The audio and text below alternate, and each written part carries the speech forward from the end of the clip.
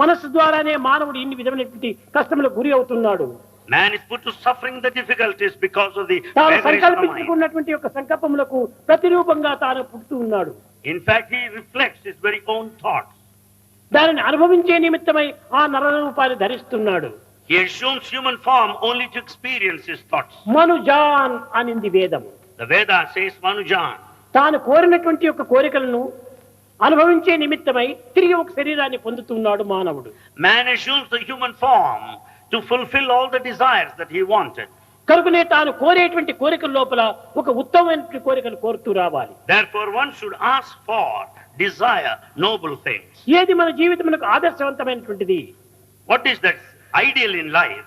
ఏది సమాజమునకు ఉత్తమమైనటువంటి సమాజమును కలిగించేటువంటిది, What is it that would make us noble in society? ఏది ప్రపంచమునకు ఆదర్శమైనటువంటిది, What is the ideal for the world? ఇలాంటి విచారణ చేసి We should investigate like that. ఉత్తమమైనటువంటి సంకల్పము మనం అభివృద్ధి పరచుకోవాలి. We should develop noble thoughts.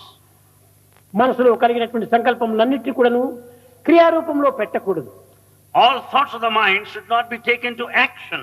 ఇట్టి కర్మను అనుభవించే నిమిత్తమే మానవుని యొక్క శరీరం అవతరించింది. The human body is given to experience these. శరీరమాద్యం కలు ధర్మ సాధకం అన్నారు. మానవుడి యొక్క ధర్మమును అనుసరించే నిమిత్తమై అనుభవించే నిమిత్తమై ఈ శరీరం వచ్చింది. Body is gifted to undertake certain sacred activity and to pass through కాదు experience. కాదు, పరోపకారార్థం ఇదం శరీరం. The body is given to render service. తన కర్మను తాను ఆచరించుకుంటూ పరోపకారం కూడా చేస్తూ రావాలి ఈ యొక్క దేహంతో.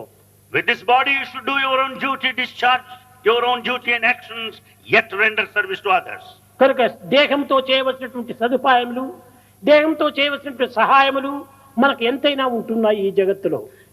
In this world there are many things that we can do with this body by providing conveniences, comforts to many. ఇక్కడ మూడు రకమైనటువంటి భక్తులు ఉంటున్నారు. Here we find three classes of devotees. తన శక్తిని తాను గుర్తించుకోలేక చేసేటువంటిది ఒక భక్తుడు. First class of devotee who doesn't know his latent power and he does in his own way. తాను తప్ప అన్యమును ఆశించినటువంటి యొక్క భక్తుడు ఒక భక్తుడు.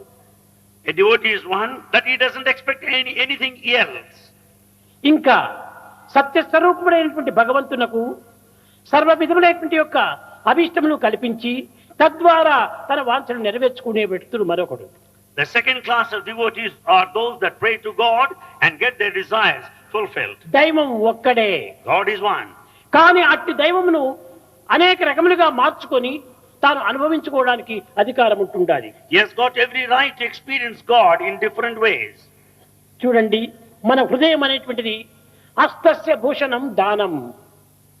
Charity is హస్తంతో చేరినప్పుడు ఇది ఒక దానంగా తయారవుతుంది. when once you do with your hand, it amounts to charity. కంఠం సత్యస్య Bhushanam. The truth is the jewel to your neck. శ్రోత్రం వేదస్య Bhushanam.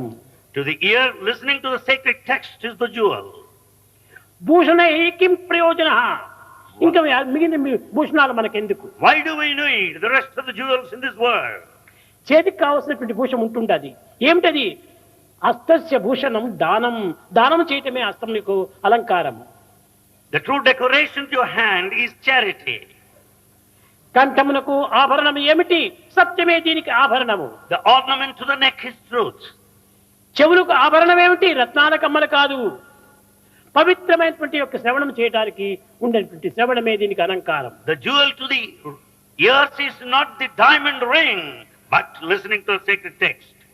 ఇలాంటి మనకు విలువైనటువంటి యొక్క ఆభరణములు ఉండగా మనం ఇంకా కోరవలసింది ఏమిటి ఉండాలి? When you have the valuable jewels with you, why do you ask for anything కనుకనే else? మానవుడు ఈనాడు కోరవలసింది అన్ని కూడా తన యందే ఉంటున్నాయి.